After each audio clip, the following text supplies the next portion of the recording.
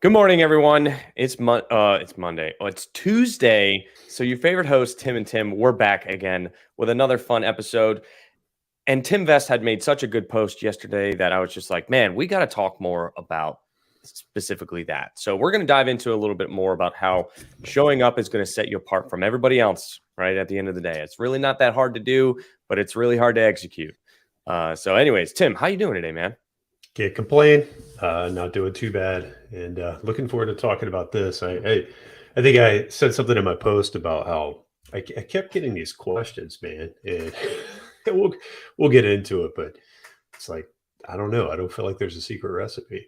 Dude, Um, exactly. Yeah, exactly. So there's no secret sauce, right? Everybody's always reaching out and they're like, Tim and Tim, we want to join your coaching program. What's your secret sauce? A pro tip, secret sauce is showing up. yeah, yeah, and one other thing, like real quick, because it's that whole like the iceberg, right? How much is above and how much is below, or Mm, as Eden likes to say, right? Like yeah, overnight success, 4 years in the making, that kind of thing. he does say that. Because Yeah. I had a comment on Friday. I was walking a property with a lender, and this guy was there, and he was like, "Man, you guys have just blown up so fast." And I'm like, "I know it seems fast to you, but it's really not that fast." And I looked at him. I'm like, "I've been doing real estate in some way, shape, or form for 17 years," and he's like, "Oh, really?" Like, yeah, like maybe we've taken off in the multifamily space, but yeah, this That's is not not a maybe. That's definite. yeah, this is not overnight, right? No, Um, absolutely not. So like in the post today that I did, one of my favorite sayings of all time is persistence gets tired, opportunity gets tired of, man, I'm still working on my coffee and I'm just like backwards today. But opportunity gets tired of persistence. And what that means to me is that if you keep showing up, if you keep staying on the course and you continue to do whatever you're trying to accomplish, you're going to go through this very long period of it's going to feel like nothing's happening, nothing's growing, you're not being successful, like you're not able to put the horse in front of the carriage, and like all these things, but it's not taking off for you, and you can't really figure out why. And really, that's just because you haven't spent enough time doing it yet. And honest to God, I'll tell you, shout out to my brother if he's watching this right now. Shout out to my brother, right? Because when I was first getting into this real estate game, and I hope this inspires some of you guys out there that are maybe still trying to get into the industry or whatnot. Is he reached out and he was just like, "Man, you've been doing real estate for like 2-3 years now, and you're working all the time. You're up at 5 o'clock in the morning. You're up late. You're traveling all over the place. You're doing these conferences." He goes, "How much money have you made in real estate so far?" And I was like, "Guapo." Big fat goose egg. I have made $0 in real estate for years and years and years because that's how long it took in order to build up the foundation of what everything now is built upon. It's the relationships, it's the expertise, it's the comfortability, it's the confidence. There's so many things that go into being a successful operator that people know, like, and trust because you know what you're talking about. It's not just because you go read a book and then boop, you got it, right? There's way more involved in that. It's talking it through, it's understanding, it's getting experience, it's working with other people, it's having conversations with people that have gone through what you've done before already. It's not something that just happens overnight. It is something that happens over years of time. And even my neighbors, when I was living in Charlotte still at the time, they're like, "Man, I see your light on all the time. You're either working, your day job, or you're working on your real estate stuff till 10, 11 o'clock at night." I was like, "Yeah, man, like, what else am I supposed to do? I don't have any other way to find the success that I want." And really the difference is with the whole showing up piece is I always showed up to every Zoom call, to every meeting, to every networking event, anything that I could do to get in front of other people that were doing what I wanted to be doing. I was there. And how has that progressed into like where we are today? Labor Day, right? Holiday, everyone's out partying, drinking, whatever, having a great time. I was up at 5 o'clock in the morning to go do a 5 hour round trip to one of our properties that we did a paint job on Labor Day. And we had people staying at my house, right? Am I breaking up on the audio, Tim? yeah, I'm not hearing that. Hmm. It must be whoever Facebook user is. But, it's Labor Day, right? It's like, Tim, I think you were traveling somewhere or you were just getting back. And I was down at another property that we own. It was just like It's just another day in the life. You're like, holiday or not, like, these guys are working, so I'm going to be there. I'm going to make sure it's done correctly. Our investors are trusting us with their money, so I have an obligation to be there.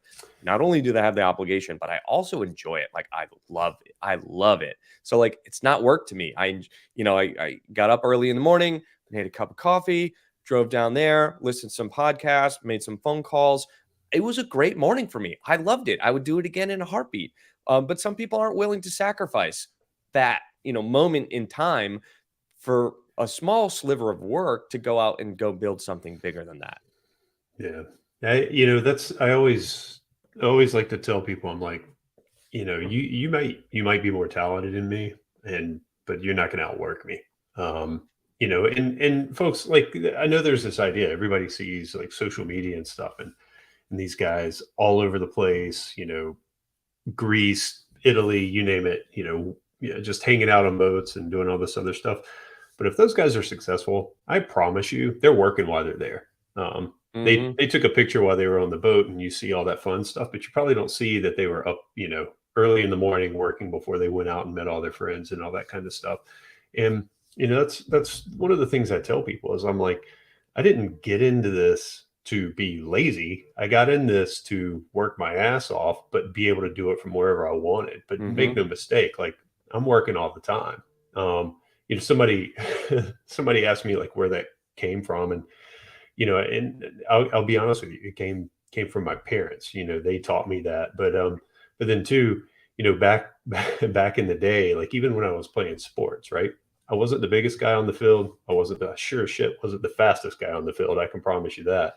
But I remember this. I was a senior, and there was this junior who was behind me, who was bigger than me, faster than me, by all accounts, more talented than me. And he was just complaining to me one day about the fact that he's like, "Man, I'm better than you. I'm better than you." And I'm like, "Yeah, you might be, but you're not going to work harder than me."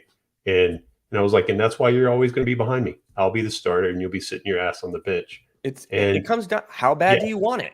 yeah, and I've always just wanted it that bad, right? So that's what it really comes down to. It really just comes down to showing up, and it's not always about like working harder or working smarter. It's about when somebody presents you with an opportunity, being ready to take it, and being willing to take it. This is not to talk bad about anybody, but I know guys that like started doing multifamily the same time I started doing multifamily, and they're still trying to do it today. They haven't done a single deal. There's always a reason, right? Prices were high. Now interest rates are high. Insurance is high. You name it. There's always a reason not to do something. At the end of the day, it's like, you got to make moves, right? You just got to get in there. Hey, that was a nice plug. You just got to get Boom. in there and get the job done and show up, right? Like when our favorite broker calls us and says, "You guys want to see a deal?" I'm like, "Yeah, Yep. Be there. let's How do it." soon? Where you at? Yeah. Are you there right now? Because I can be there in an hour or two. Yeah, when one of the guys that we buy stuff said, "Come on down, I'll show you my entire book."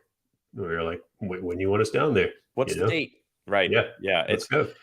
It's not easy though. Like, it's very easy to talk about, but it's very hard to execute because and it's like a lot of things. Like, everyone knows what they should be doing, but actually following through and doing it can be very difficult. And we're not perfect. I'm not perfect, right? But like, to Tim's point, I just went and visited my family this past weekend. I was there Saturday, Sunday, Monday.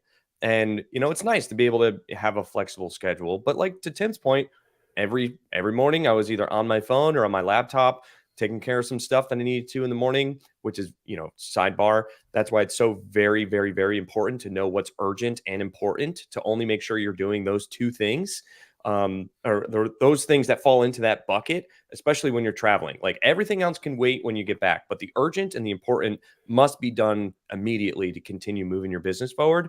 But yeah, that's early mornings, on the laptop, answering emails, taking a couple phone calls. When you're at the airport, I'm not sitting there scrolling Facebook and Instagram. I'm scrolling emails and picking out which ones need my immediate attention right now in order to make sure that the team or my partners are continuing to move forward with the business plan. So it's very selective stuff. And just the way that we use technology might be a little bit different than other people, right? So, it's very hard to execute. And I remember when I was first getting into kind of changing that mindset, right? Because I came from a W-2 world where my life was I'm going to work a 9 to 5. And then when I'm done with my job, I'm done with work. I can do whatever I want. Right. And I clearly remember back in 2019 when I first like started to make that change. And I was sitting there on the couch and I was just like, I'm sitting here looking at deals and, I got the TV on in the background, but I was like, not long ago, I would just be sitting here and watching TV and I'm so much more effective. And yeah, I'm doing more things, but it was like that transition period where it's not something that happened overnight. It was like not a light switch that flipped, but it was just a gradual change. It was a gradual change in lifestyle, right? Everyone says that about a diet. Like it's not a diet because it's going to come back. It's a change in lifestyle, right? And that's the same thing with being an entrepreneur and kind of being in the real estate industry is it's a change of lifestyle. Like what you do in your free time is different than what a lot of people might do in their free time, right? My free time is always taken up by thinking about growing, thinking about hiring people, looking at new deals, talking about real estate, teaching other people about real estate, inspiring others to do something that I've done because I want them to win. I want everybody to win, right?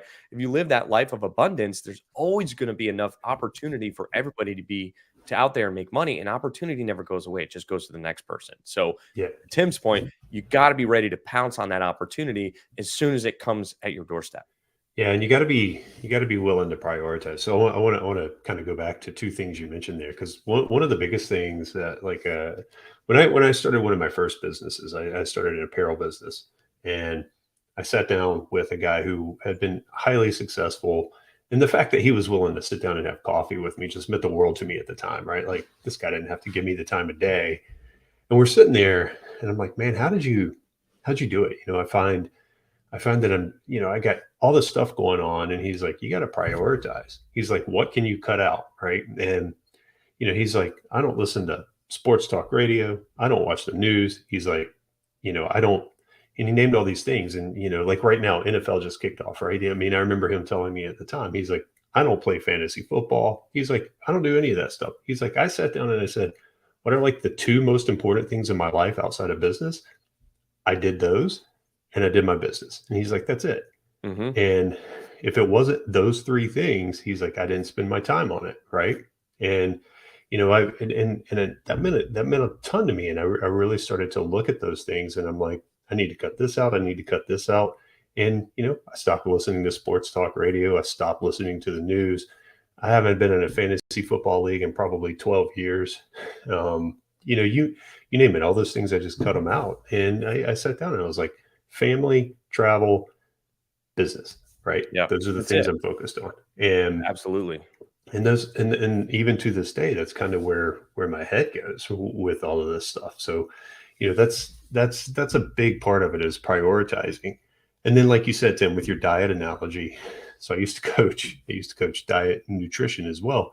And it always amazed me the people who failed. And the one piece that was always common with people who failed is they tried to go from 0 to 100 in one step, right? It's like they were eating chips, they were eating ice cream, they were eating 5 meals a day, you name it. They were, probably putting in 4,000 calories a day. And they would try to go from that to cold turkey, turkey sandwiches and, water, right? All of a sudden, Doesn't one work. day they're doing this, next day they're doing that. And I'm like, whoa, hold on. Let's scale back a little bit. I was like, I tell you what, tonight, just cut the ice cream out. Do everything else you've been doing, just don't have the ice cream. Right. Mm-hmm. And they'd get used to that. And then I'm like, okay, now let's cut the chips out. Right. So now it was ice cream and chips. And it took longer, right? It took longer, but it was sustainable. It wasn't 0 to 100. It was more like 0 to 10, 10 to 25. And it was just, it was something that was sustainable. And I think this is the same way. I think you get people in this and they haven't done anything at all. And they want to go buy a 100-unit apartment complex tomorrow. It's like that'll come, right? Mm-hmm. That'll come. Do the little stuff, right? Do a 5 Do the, unit, do a 6 do, unit, do a 10 or unit. or get out there and make broker relationships. Like Mm-hmm. Nate Barger said one of the most clear things to me, and I'd never heard it phrased this way, is he's like, he has people that come up to him and go, I want on 1,000 units. And he's like, cool. Why? He's like, what are you trying to do with 1,000 units? And, they're like, well, I want to create a ton of income. Okay, cool. Let's go into that for a second, right? Like, what do you need to live? I need 5,000 a month. Okay, cool. What do you need to buy to create 5,000 a month, right? He's like, a lot of people don't realize it doesn't take 1,000 units. And by the way, you could own 1,000 units and not make anything, Mm-hmm. if you don't do it right. So, basically, his whole point was back up and break it down and then figure out the little steps you need to do. Tim and I, we have the Making Moves coaching business, and it's amazing how many people are like, I'm going to go buy a property. Okay, cool. Where are you going to get it from? Right? Mm-hmm. I How you don't gonna know. find it? Do you know, Where's the do you money know gonna a come broker? from? Do you know a broker to call? No, I don't know a broker to call. Mm-hmm. Let's start there, right? Yep. Let's start looking for brokers, right? And then it's like, how are you going to close on it? Well, I don't know. I don't have any money. Oh, let's solve that problem, right? so so it's always like, don't try to go 0 to 100. Don't go to 100 units, whatever. Sit back, make those small steps that you need to make in order to show up, right? Sometimes showing up isn't about the grand scale. Sometimes showing up is like every day doing those little things that you got to do to get to where you want to be, right? Um, Absolutely. Oh, so totally. Those little steps all along the way. But real quick, I want to post this up here.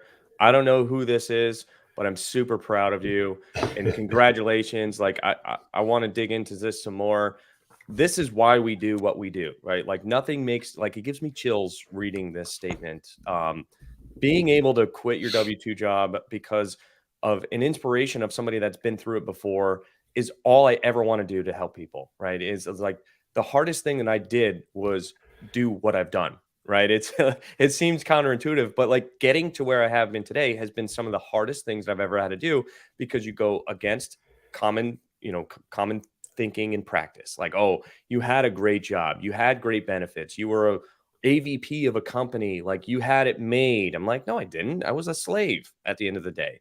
And quitting that job and going towards the unknown and taking the risk and investing in myself and investing in our partnerships and our businesses is so hard. I mean, trust me, it's a constant battle of continued growth. I mean, when Tim and I were working on this last deal, it literally took me 2 hours. Like I had a 3-hour drive home. It took me 2 hours to wrap my head around how we were going to get this deal done. So it doesn't ever go away, but you like learn to exercise that muscle of continually growing and being afraid and being outside of your comfort zone. And I know everything I'm saying is very clickbaity stuff, but it's true. It's like it's the God honest truth that going through these things can be some of the most difficult things that you can do. So I'm super proud of you for taking the leap and betting on yourself.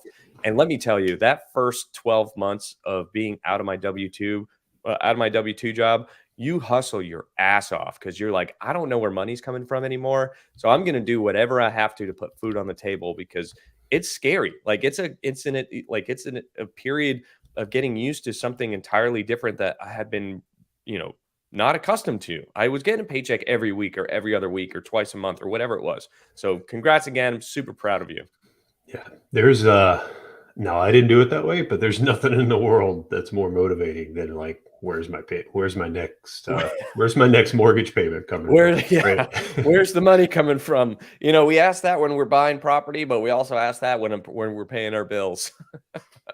Yeah, because Uh, man, you talk about. I was actually talking about this yesterday with somebody. They were asking me if this was the right someone they know. They were asking me, is this the right business for them to be in? And I was like, I don't know. How do they handle wild swings, right? Like, oh, how do they handle having $100,000 in their bank account one day and the next day having like five? hmm How do they handle going into a meeting, right? Going to a meeting, showing up, taking that meeting, and everybody in the room being like, we're doing it. And some guy across the room going, I'm writing a $5 million check to get it done. And you're driving home and you're like, hell yeah, like my life's getting ready to change. And then 2 days later, it all falling apart. Like, mm, how do they handle that stuff, right? Because if you can't handle the wild swings, then probably not the right space to be in. probably a lot of chips and ice cream. or other things, right? Other Yeah, vices. yeah. Yeah. But yeah, I mean, so like, back to what we were talking about, like at the end of the day, Tim and I were no different than anybody else. Like we're just dedicated. We wanted it bad. I wanted it bad. I wanted it worse than anybody else. I was going to do whatever it took to be successful, whatever it took. So I cut out, like what Tim was saying, I cut out everything. Like nothing mattered to me. Actually, I did play Call of Duty Warzone on Saturday mornings because that was like my, from 8 to like 10 or 11 o'clock in the morning on Saturdays. That was my time. And then Friday nights, I would watch a movie with my wife, and that was our time. But the other 5 days a week, and on the rest of the days on the weekends, like I was figuring this stuff out because I wanted it so bad. I didn't want anything else except to be more successful and get out of my W-2 job. And at the end of the day, you got to be a little stubborn, a little hard-headed to figure that out, and just say, no matter what you tell me, I'm going to be successful. And just because you don't think I'm going to be successful, I have all of these examples that show me that it's possible. And that's why we do the show. Again, we show you that it's possible to go through these things and the mindset and the changes and the mental struggles and the hurdles and everything that you have to go through in order to find the level of success that we found. And it's not easy. It's not for the faint of heart. And not everybody's meant to be a number one. Shout out to Mark Evans. I know a lot of people know who he is, but he did an episode way back a couple of years ago when he first started his podcast, and he was talking about how not everybody's meant to be a number one, and being a number two in a large organization is a very good thing to be as well. But you have to find the right people that you want to be associated with. So, you really have to first do some soul searching and an internal digging to understand, am I cut out to have those wild swings of money and cash flow? And two, do I want the allure of freedom and the allure of entrepreneurship, or is it something that I'm truly built and capable to achieve and accomplish? I think everybody can achieve it if you want it bad enough, right? It's just, who are you hanging out with? Who are the people that you surround yourself with? Do they believe in you? And by them believing in you, do you find that you believe in yourself a little bit more? And if you're hanging out, the crab mentality, are you hanging out with people that see you trying to climb out of the crab pot and keep pulling you down because they don't want you to be successful, or they think they're trying to protect you by telling you that it's dangerous and it's risky and that you might go bankrupt or whatever? Like, okay, yeah, those are all real possibilities. Hell, you could go bankrupt anytime. You could lose your job and go bankrupt because now you don't have income. I would much rather bet on myself and have passive income through investments and things that I've done, or have the ability to go out and create money because I've invested in myself, than let somebody else dictate how much money I'm going to make, when I'm going to take my time off, and if I'm going to have a job or not next year. Yeah. Yeah. Well said. And, you hang around the corporate world long enough, and if you can't get motivated from the corporate world, man, I remember having to go deliver to my team the message from way up on high. Hey, just be happy you have a job, when we were giving them like no raises. Right. Yeah. Just be happy you have a job. I'm like, that's a shitty sure. message. Yeah. Okay. That's exactly why I do this, because I'm happy I have a job. Yeah. And, so that kind of stuff really gets at you for a while. But man, Tim, like you said, it all comes down to what you're willing to go get. I mean, there's no magic sauce. Like, we keep talking about that. Everybody keeps saying, how'd you do it? How'd you do it? It's like, I showed up and worked. Like, I showed up and worked. That's it. That's, I mean, how did I create deal flow in a deal funnel? I showed up and worked. Right? How did I find brokers and make relationships with brokers? I showed up and worked. How are we closing on these deals? We hop on planes, we go see them, we show up and we work. I think I made a post last week about, how we felt when we got back from walking 300 plus units. I mean, Vitale here slept like 11 hours the next day. Oh, I woke up, I literally used to run Ironmans, right? 11-hour days, just moving, swimming, biking. I was more sore after walking 300 units than I ever was after doing an Ironman. And I did a lot of squats checking underneath all them sinks. And I'm not kidding. Like, that's not hyperbole, guys. Like, yeah, I crashed, serious. man. I literally went to bed at like 9 o'clock that night we got back, and I woke up at like 8 o'clock the next day. I was like, holy crap, 11 hours I slept solid. Yeah. And then it comes down to like showing up. And then when the opportunity's there, are you ready to take it? Are you going to take it? Right? Are you going to take it? Like you said, we got back, you drove for 2 hours. Like, how are we going to get this done? I was in a little bit of a different headspace, guys, on the same thing Vitale's talking about. Like, by the time I got to my house from the airport, 20 minutes later, I was like, I'm doing this thing. right? Like, where's this coming from? I don't know, but I'll figure it out, right? Hmm. And those, that's the kind of thing. It's like it all goes back to showing up and work and betting on yourself, right? Um, Yeah. what's the example? What's the example we heard? Like, write it down in your book. Where you are today, where you're going to be. What do I got to do to get there? And I'm just going to do whatever it takes to get there. Right? Yeah. Oh, I think look, I think I still have my goals written down from like a couple years ago. And this is on my desk. I literally just reached over.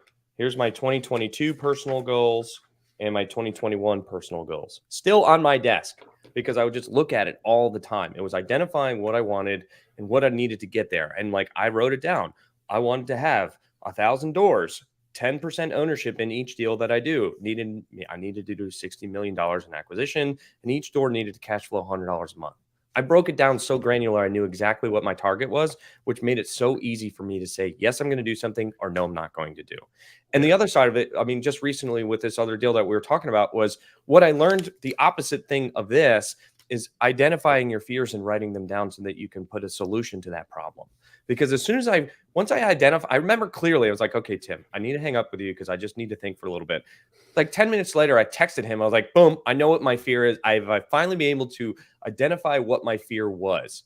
And then as soon as I can identify my fear, I felt much more confident going forward, doing whatever we're going to do. Because I said, if this is my fear and this is what I think could outcome, what are the three things that I could do to solve that problem? And if it doesn't happen, I have these three outcomes to go after. So let's go. Let's figure it out. And I said, what did I think verbatim, I said, you know what? If we lose this money, it's going to hurt, but we're not going to go bankrupt. We're not going to be deadbeat broke. We're going to lose some money. We're going to lick our wounds and we're going to, kind of tuck our tails between our legs, but we're still going to try. I By think, the way, the money he's talking about is our money, not investor money. oh yes, our money. Yeah. And yeah, it would hurt. But I did text. I was just like, you know what? If we lose this money, I'm still going to be able to live. I'll make more money. I'm going to lose money, which is never great. But if we don't take this opportunity, somebody else is going to. And God damn it, I'm glad that we did. Yeah. Yeah. And we'll check in about 18 months and we'll let you know how that's all going. But I'll tell you what I'm not gonna do. I'm not gonna be sitting here 18 months from now going, man, damn, what if we would have done that? Right. Like, Yeah. What if? Oh, the what if question will kill your goals and your oh man, spirit. I can't stand that question. What if, Oof. what if, what if? Yeah. So, Yeah. all right, guys. Well, that's all the time we got for today. I really enjoyed this show. I mean, Tim's post was really inspiring to me on Monday, and that's why I texted him. I was like, dude, we got to talk about that some more. So, remember, opportunity gets tired of persistence. So, if you haven't found some level of success yet, keep fucking going because the only way that you can fail is if you quit, and winners never quit. You just find new solutions and new roads and new ways to be able to accomplish whatever you're trying to do.